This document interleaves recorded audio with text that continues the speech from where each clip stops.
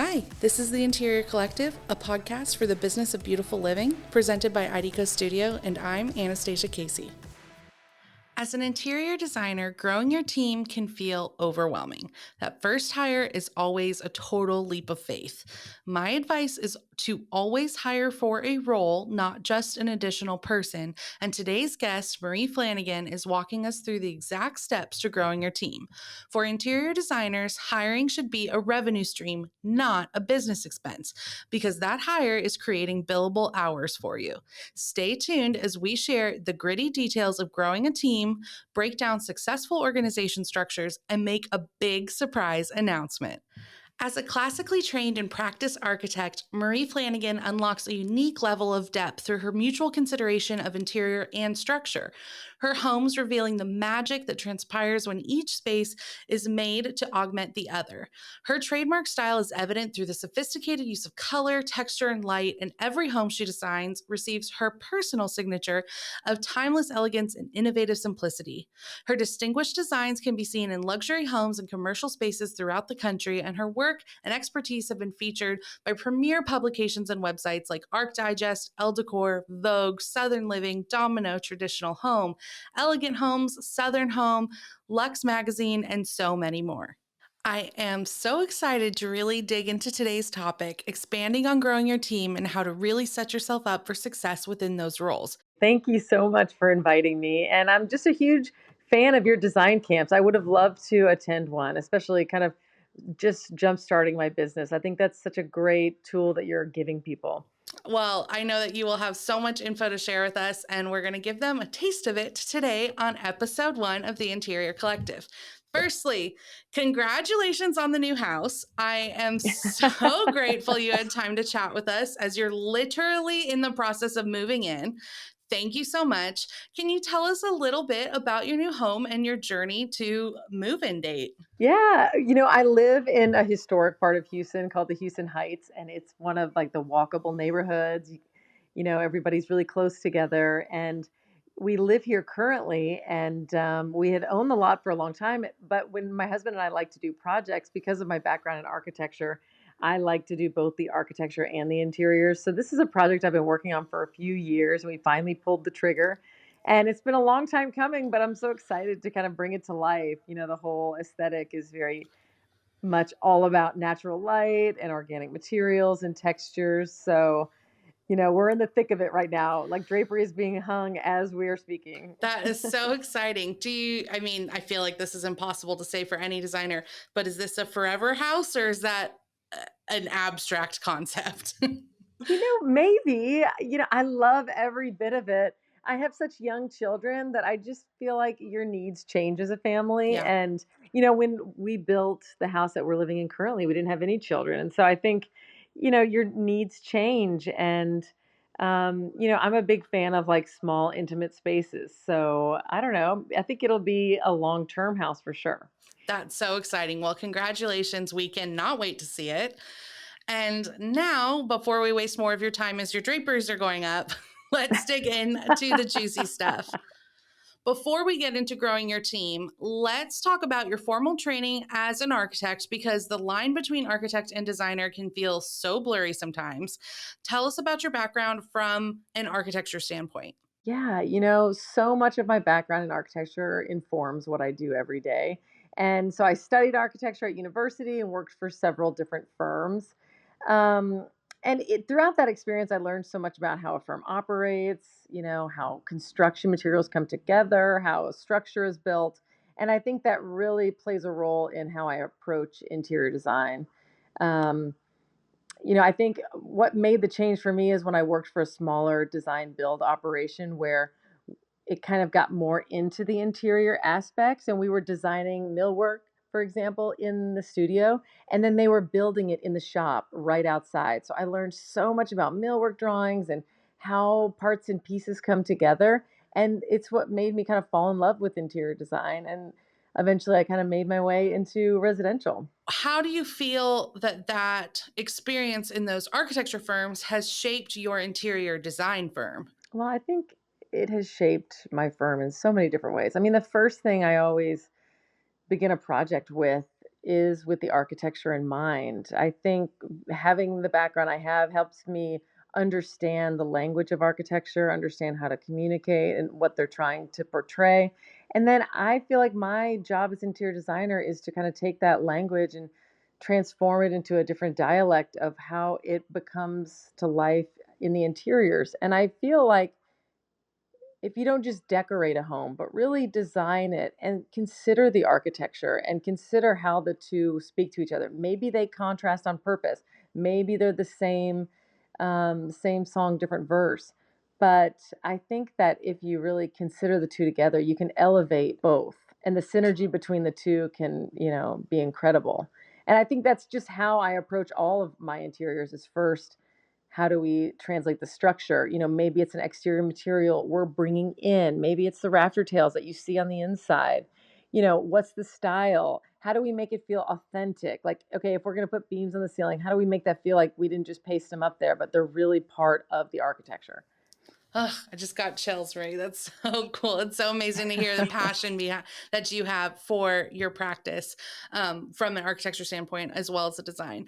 At what point in the design process do you come in, and at what point does the architect? Do you have a process specifically for that where you set boundaries about working with an architect, or is it like this fluid, loosey goosey, see how it goes? I think it's somewhere in between. I think the projects that we're lucky enough to work on today, we're all kind of approaching it as a team. We're kind of all being hired at the same time. A lot of times we refer the architect and vice versa. But we're trying to get a house designed even before construction begins. So there's loose boundaries because different architecture firms, they want to be involved in different things. Some want to design the envelope and walk away. Others have an interiors portion of their business, and I think I've found a lot of success by um, trying to be easy to work with. I mean, it's as simple as that. And we come into a project with the mindset of being a team player, and you know, I just think that there's so much opportunity. I like to say often that each client gives me the opportunity to become a new designer. Like if I was just building my own home one after another, it would probably be very similar in a lot of aspects. But when clients come to you and say, "Look, I really want a purple house," you got to really stretch your design talent to like make this purple house be amazing.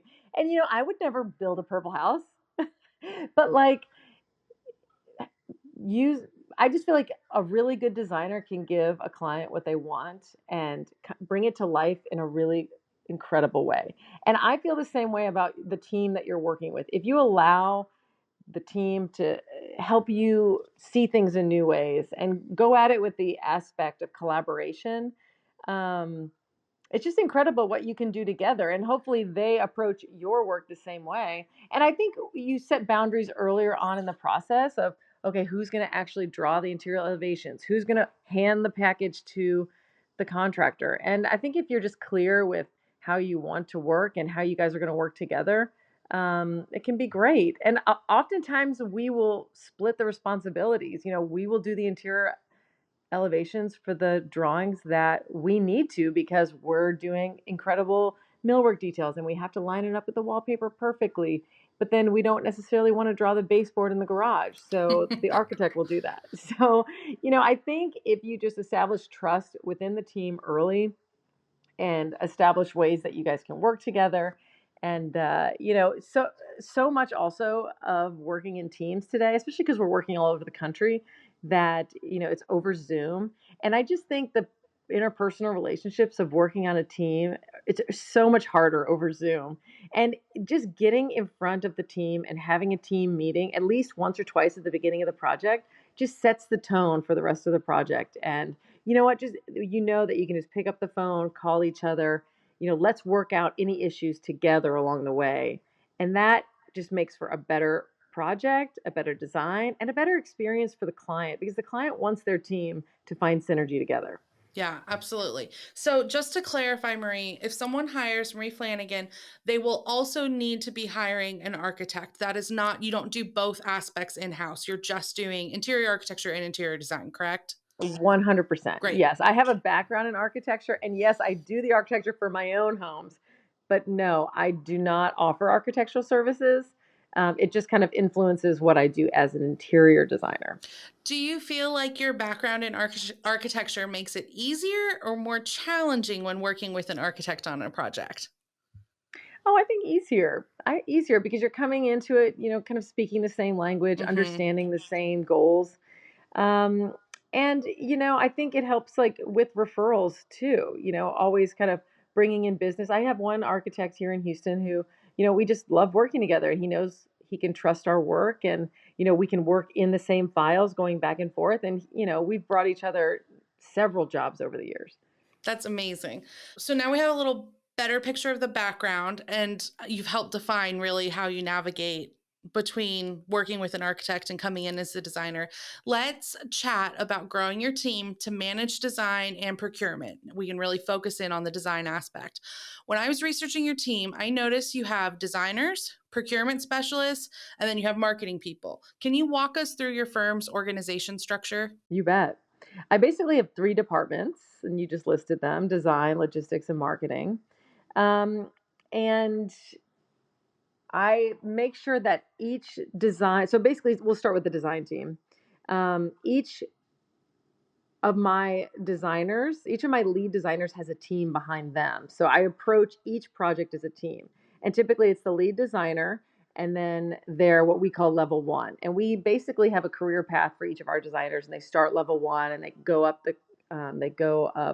one, two, three, and then associate.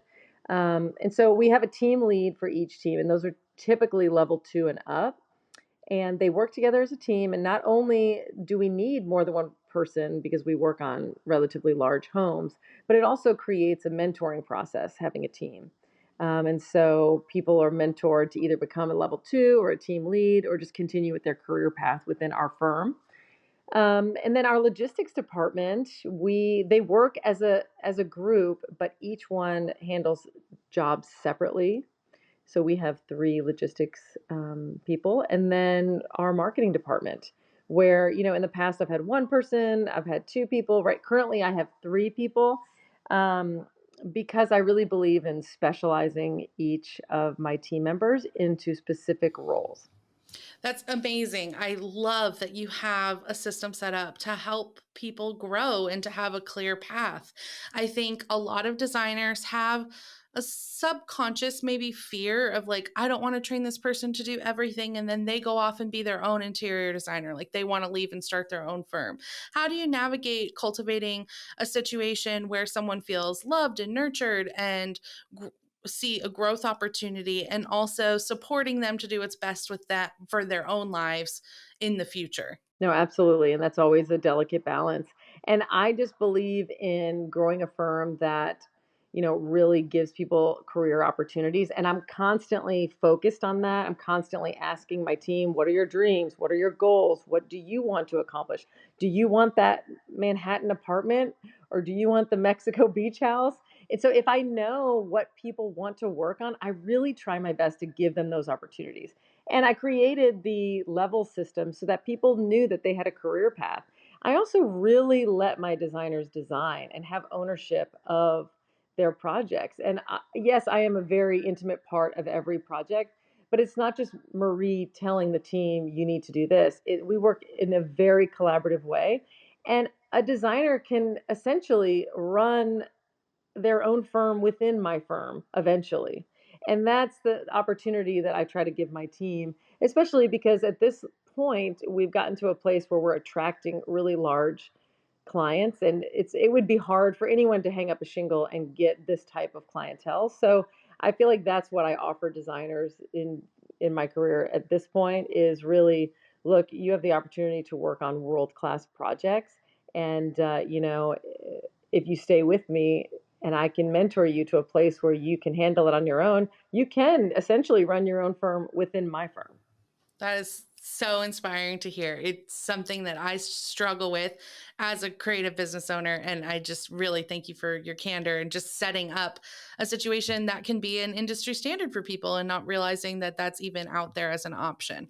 So, on every project, they have a set design and procurement team. So, does that mean, or correct me if I'm wrong, but you'll have a set design team, and then will it always be the same procurement specialist on that, or will it kind of shift throughout the project? It will always be the same team.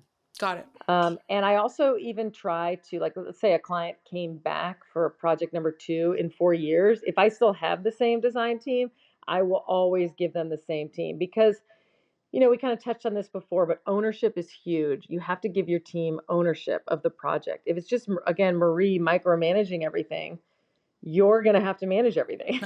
And that's impossible. You can never scale that way. You have to have people who, A, accept ownership, and B, you got to give them that freedom to really own the project. And, they also have to establish the relation, especially, for example, at my firm, the team lead establishes a main relationship with the client. And on a day to day basis, I'm in meetings with clients and designers all day long. I'm never emailing. So, they have to communicate with that client, and that relationship also creates ownership, um, because it's not just Marie who doesn't want to disappoint the client, it's also my team lead. Mhm. And even level ones at my firm, I think it's so important, if the opportunity allows, to get them in front of the client too, because it's when you hear them say, my family lives like this, I need this in my life, it hits your heart in a different way, and you're like, I'm going to find a way to give them what they want in a beautiful, incredible way. So I know you mentioned that you're still very much a part of each of your projects, but could you be a little more specific as to what your role as Marie looks like on the project? Like, is it just kind of when they have something to show you, they bring it? Is it something that's always scheduled and you know it's time to review? Are you actually reviewing or just overseeing? Where do you step Mm. in? Gosh, it's kind of a combination of everything you just said. I'm intimately involved in all projects. I go to all the design meetings with the client. I go to the site visits, especially during the level 1 and level 2 phase of a designer's career path. When a designer, and I have a few now, when a designer has been with me long enough that they are at a level 3, that's when I step back and I really just become like creative director role and overseeing the overall direction from the office.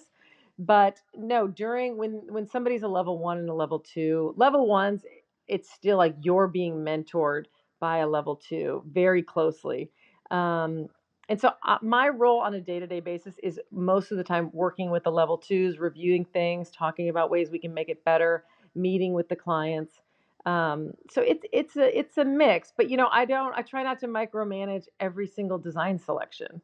And so as somebody grows in their talent as a designer and their skill set, I let go more and more.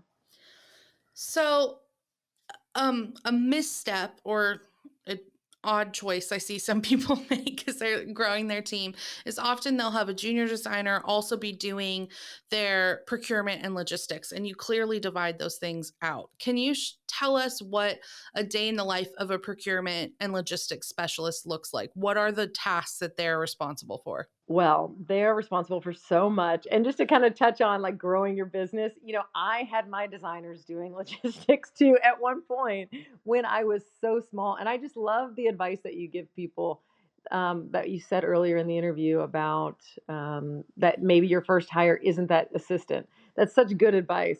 But no, I did it too. And, when you're running a small firm, everybody's wearing a ton of hats, but I got to the point where I really believed in specialization and, was able to do that. Was able to kind of have the revenue streams to hire that person.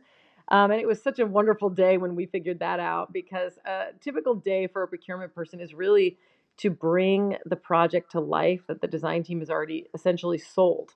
And they're working with craftsmen, they're ordering, they're installing, they're running around town helping, put parts and pieces together. We even have we have a logistics person right now who may be transitioning to the design department because of, interest and skill level. And, she has embraced the training program that we've put together. So right now she is even still in the logistics department, assisting the designers in selecting almost all of our fabrics and going to like, taking our concept and going to select all the fabrics in the design center. So, it does shift based on, who we have at the firm and what's happening, but I definitely believe in kind of having those different skill sets because somebody who really shines in logistics is using a completely different part of their brain than somebody who really shines as a designer. And when you put those two talents together, it's incredible.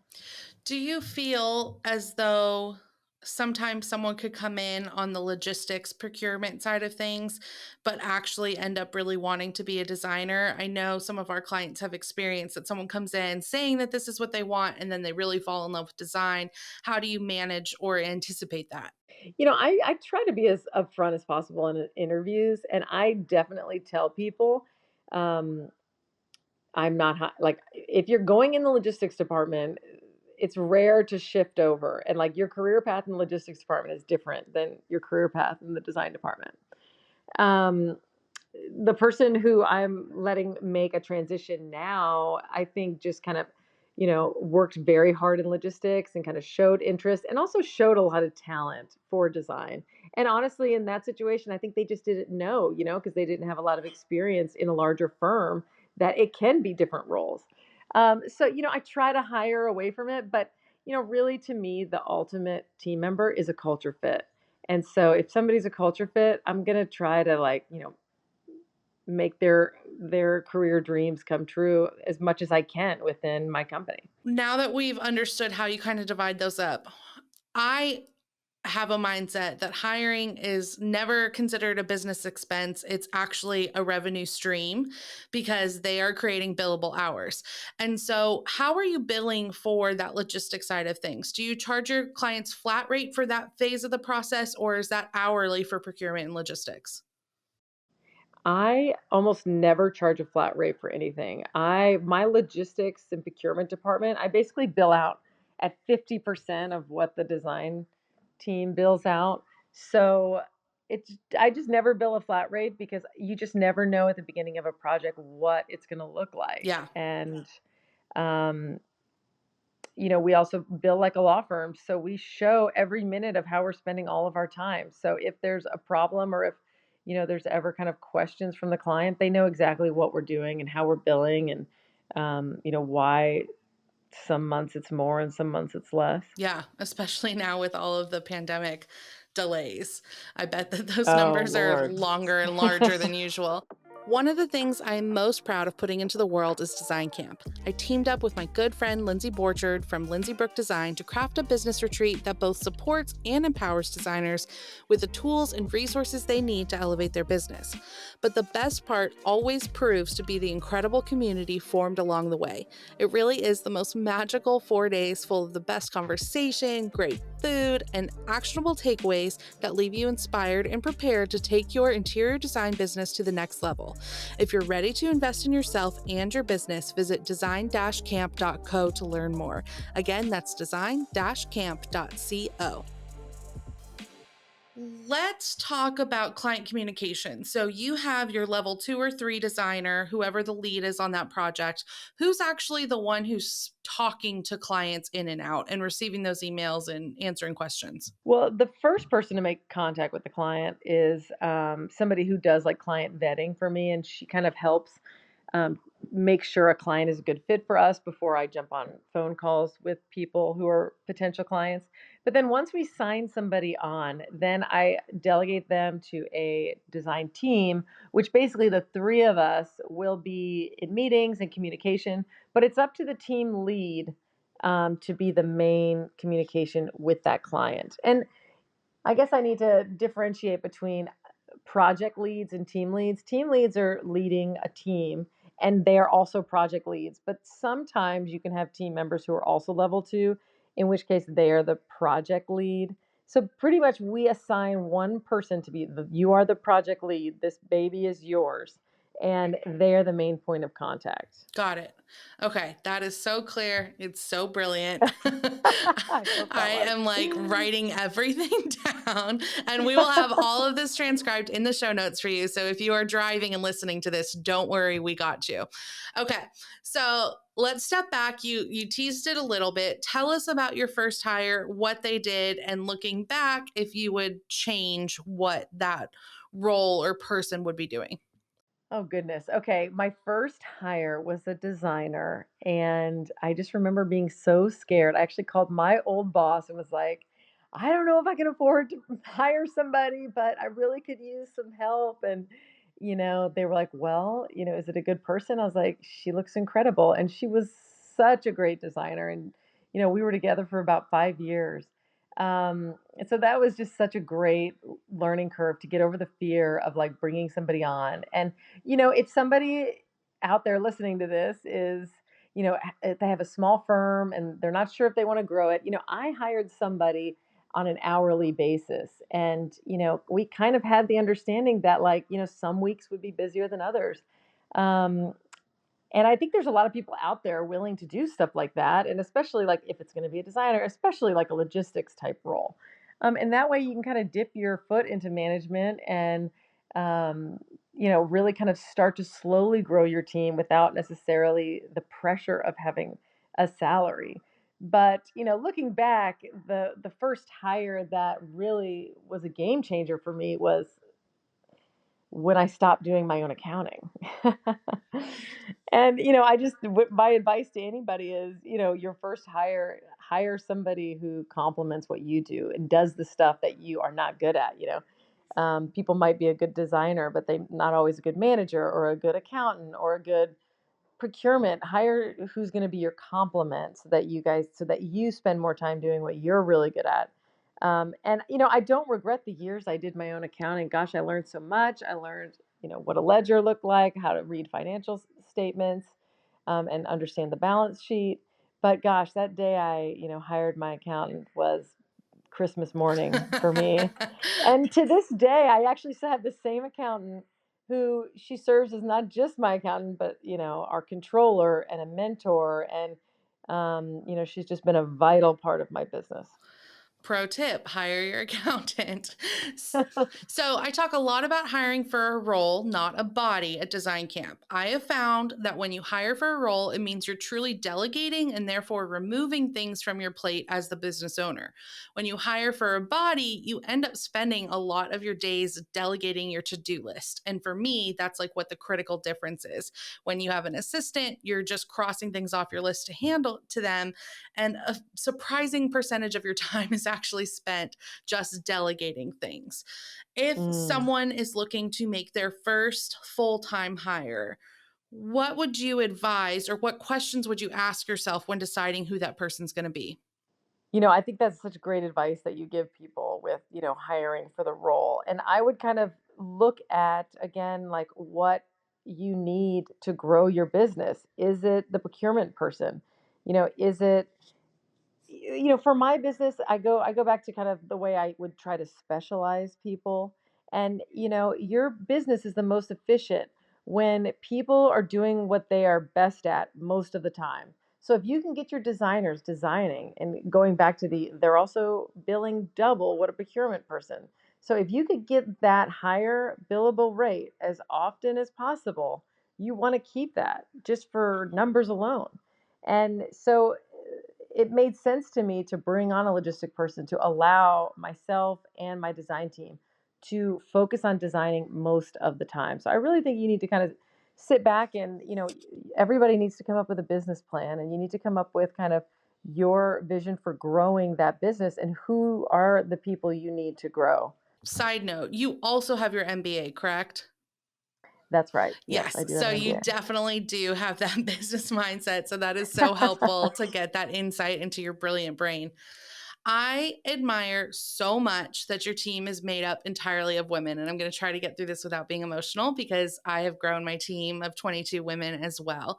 And many of those women have families at home. How have you built your team and found the right talent to propel Marie Flanigan forward? Gosh, team is so important. And honestly, I've made several incredible decisions along the way, and I've made several really bad ones along the way. Um, but I try to really hire for culture fit first. There's so many of my team members who are incredible, who I kind of trained from not a lot of skills in that area. And, it's easy to say, but it's really hard to find those people. And I really, over the years, have gotten so much better at it. And really, it's about identifying them earlier after you've hired them. Like once you've hired somebody, if it's clear that they are not a fit for the company, you need to let them go sooner, rather than later, before it becomes even bigger a bigger issue within the culture. Um, and that is really hard. That is the hardest part about running a business, is really the management aspects. It's awful. But It's it's so really, hard. it's so hard. One of my favorite books that I've read is Jim Collins' Good to Great, and it's just about growing a team. And the essence of the book is about you've got to hire people who don't need to be managed. And yes, you still have to manage your company, but it's hiring those people who they have excitement, they have ownership, they have energy toward the role, and they multiply your efforts. And it's really identifying those key people. And sometimes you find incredible people, and sometimes you have to search a little harder. Actually, two or three of my best people, I actually said no to at first. It's kind of a joke within our office. They interviewed, and I was like, "Oh no, you're not the right person." And then I came back to them, and then they've been with me for like years and years. So sometimes it's hard to identify those people with just an interview. But when you have them, do what you can to keep them, because they are so vital to a healthy business. Speaking of doing what you can to keep them, I want to talk a little bit about benefits and schedules and just kind of how you've established a company culture to have people stay with you for so long. Um, Mid pandemic, as people are not hiding in their homes anymore, not that we're over the pandemic, there definitely was like an awakening of how much you're able to do at home versus how much needs to be done in the office, and things changed a little bit. Can you share what your work schedule looks like for the team? Is it all in office? Is it flex? Is it in and out? I know as interior designers, there's a lot of site visits and meetings outside of the office. But how do you keep, especially a team of women who likely have families at home, functioning and working at the same time? Well, we have a mix in the office of different types of schedules, and I have kind of defined it per role. The interior designers, since that's our core business, they are all full time and most of the time in the office. We do have, we have a baby almost every year at MFI, so we love babies, and I love kind of honoring the working mom life. And so, if we have sick kids at home, we offer flexibility within a full time schedule all day. We I also have several logistics members and several marketing team members who are hourly, and they have flex schedules. They basically kind of work the hours they can, and I just kind of only require that the job gets done, and they can kind of choose their hours from there.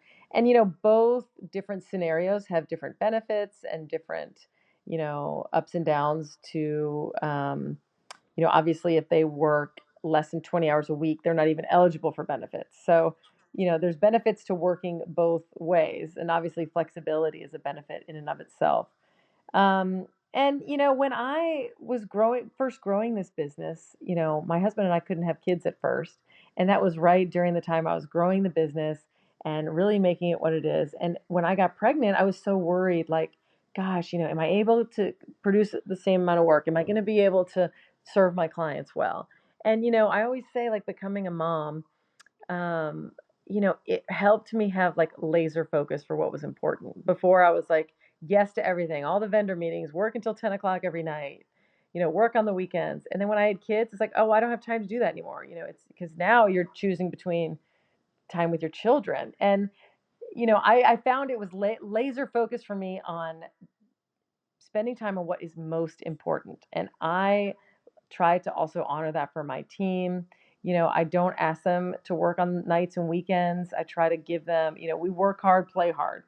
Um, and, it works. And I feel like, if you can give somebody the opportunity to be a really great mom and, fulfill their dreams as a designer, I think that in and of itself builds loyalty.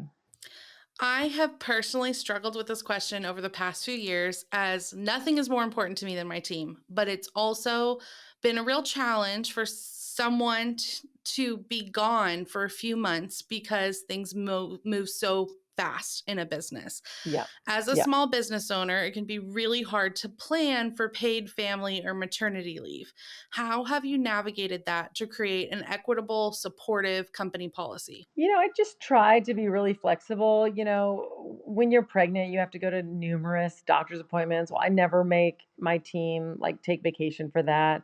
I don't offer paid maternity, but I do offer like unlimited flexibility around the birth of your child. I let people like work from home for several weeks before the baby comes. You don't have to come back after 3 months if you're not ready. If you want to slowly come back, I just try to really, because to me that is the most precious time of your life.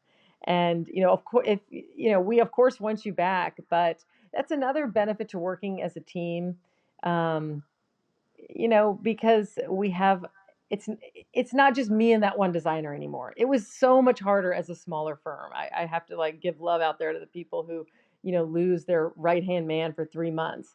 But that's another reason to kind of think about growing your team, because if you have the work to support it, having team members to help pick up the slack during those times make it so much more seamless when somebody's out. We just had somebody come back yesterday from maternity leave, and although, she was, very much missed, the team was able to pick up the slack for her. And just like they'll pick up the team for their teammates when, you know, their family life or tragedy or whatever else comes up. Absolutely. Last thing before I let you go, I know you recently launched a wildly successful lighting collection with visual comfort, and I'd love to hear a little more about the collection. Thank you. Yes, I love my partnership with Visual Comfort. They have been an incredible partner. Um, and I actually am installing some fixtures for my collection in my house this week. So I'm so excited. But basically the inspiration to the collection is all about, filtering lights in creative ways through like organic materials and textures and rich materials. We've got like cast glass, seated glass, burnished brass elements. And honestly, we just launched our second collection with them at High Point that should be available on their website any day. But it has like a lot of woven materials. And one of my favorite collections we just launched is called the Rigby, and it's this light oak finish mixed with a burnished brass. And it's a bunch of like chandeliers and sconces, and it's a whole like family of fixtures. So, really excited about that. That is so exciting. I'll make sure to link it all in the show notes so people can shop it the moment it comes out. Final thoughts. As a company grows, the founder often finds themselves doing less of the design work and more of the management. How do you find a balance between the two as our listeners consider growing their team or are just feeling in the trenches right now? Yeah, I think that goes back again to, finding the right team members who are good culture fit and who don't necessarily need to be managed every minute of the day, who can take a role and really run with it. And there are people out there, I promise. So if you haven't found that person yet, keep looking, because they're out there. And it's incredible how it can really rocket your business to be surrounded by the right people who help you to be better too. Um, and I try to create training programs that, of course, at first you're going to be very hands-on training, teaching them how you do things.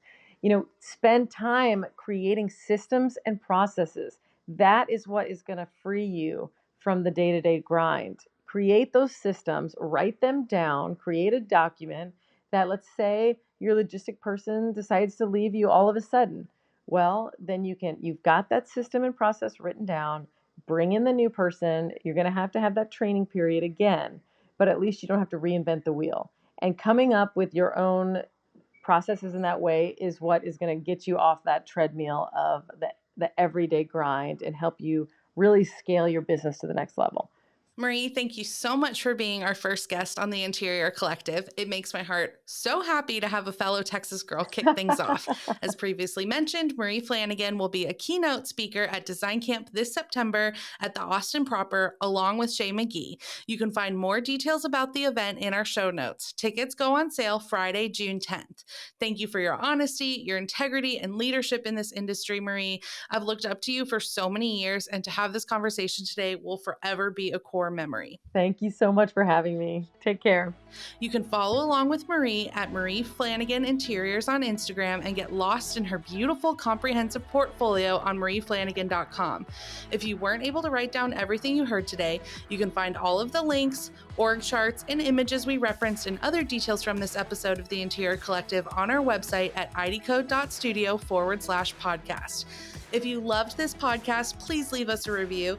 Our first few episodes are critical to the success of the podcast, and we really hope it's something you'd like us to continue.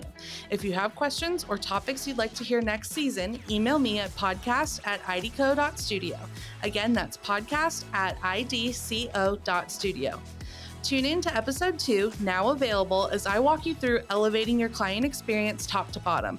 The rest of the season is filled with a star-studded lineup, including Jake Arnold, Kelly Lamb, Gail Davis, Blair Moore, Clara Jung, Amber Lewis, Lauren Lease, Beth Diana Smith, Shay McGee, and Lindsay Borchard. Until then, I'm your host, Anastasia Casey, and this is the Interior Collective, a podcast for the business of beautiful living.